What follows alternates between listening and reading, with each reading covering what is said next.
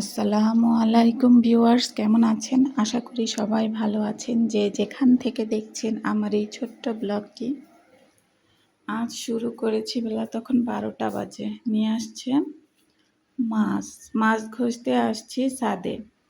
আসলে মাছ ঘষার যে ভিডিওটা, সেটা আর কি কীভাবে জানি আমার মোবাইল থেকে ডিলিট হয়ে গেছে, তাই আপনাদেরকে দেখাতে পারছি না।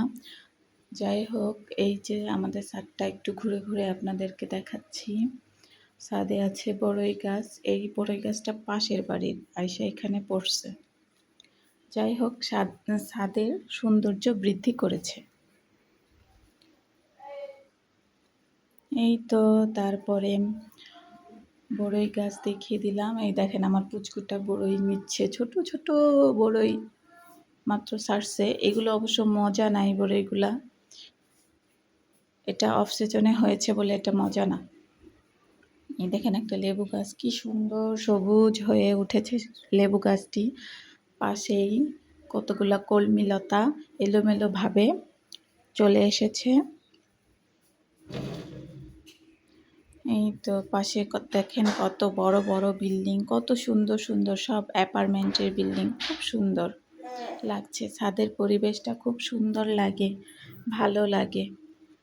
তাই মাঝে মাঝে ছাদে উঠে দাঁড়িয়ে থাকি। এই যে দেখেন, এটাকে কি বলে, এই ফুল গাছটার নাম জানি না, যদি কেউ জেনে থাকেন প্লিজ আমাকে বলবেন।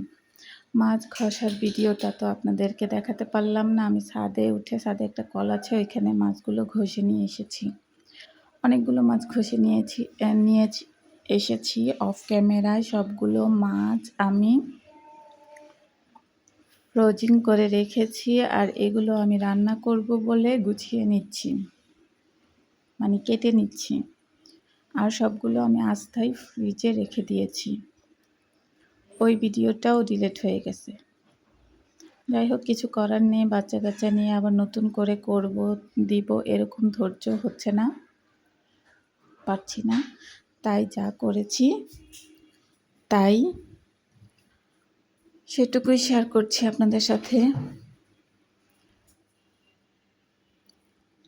দেখতে দেখতে এই পর্যায়ে যারা এসেছেন তাদের উদ্দেশ্যে বলছি, প্লিজ আমার ভিডিওর কোনো অংশ যদি আপনাদের ভালো লাগে আমার চ্যানেলটাকে সাবস্ক্রাইব করবেন, একটা লাইক দিয়ে ভিডিও দেখা শুরু করবেন। ভিডিওর মধ্যে অনেক ভুল ভ্রান্তি হতে পারে, আমাকে প্লিজ ক্ষমা সুন্দর দৃষ্টিতে দেখবেন।